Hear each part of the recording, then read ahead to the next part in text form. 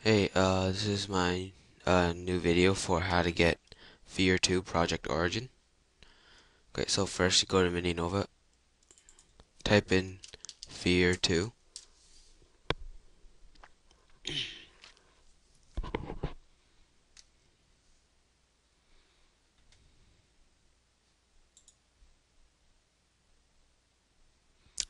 click Seeds, and click the first one. Oh, yeah, click Download, and open it with your BitTorrent. Once that's finished, go to your folder, open it, sorry, yeah.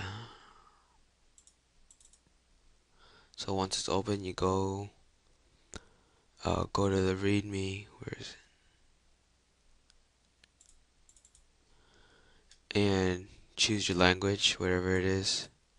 Go to the set language reg. After that's done, just you can have a Steam so it can show your status of it, and that's pretty much it. All you do is just click Fear 2 and the game's gonna play. There's no you don't set up anything. It's already all done for you. Okay, thanks for watching.